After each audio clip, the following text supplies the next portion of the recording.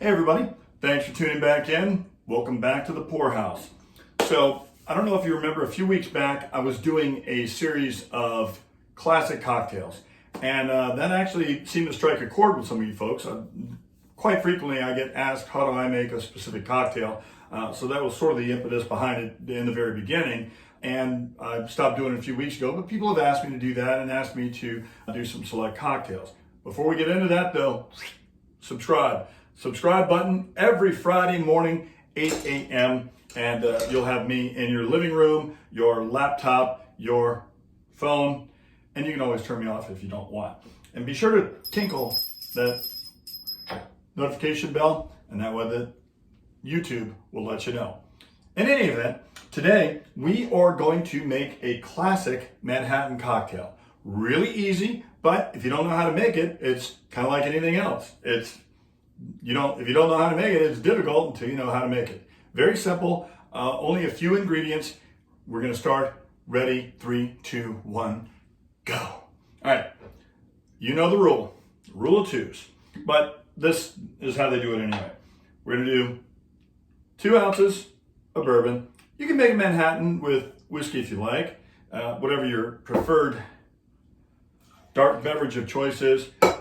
Bourbon tends to be the standard go-to, and I tend to prefer bourbon anyway, so there you go.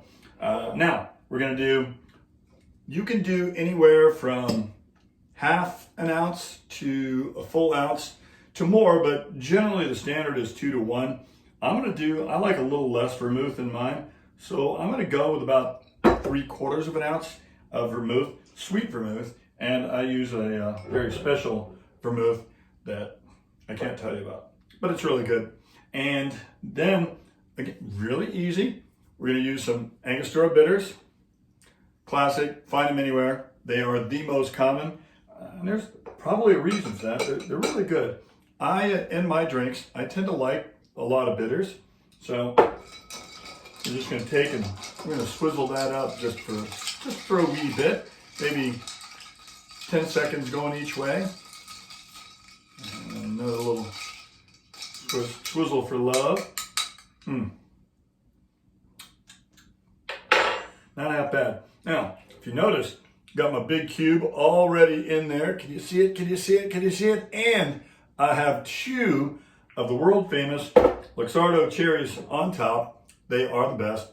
They're great. I can eat that whole jar by myself and pop open another one and probably polish that one off as well.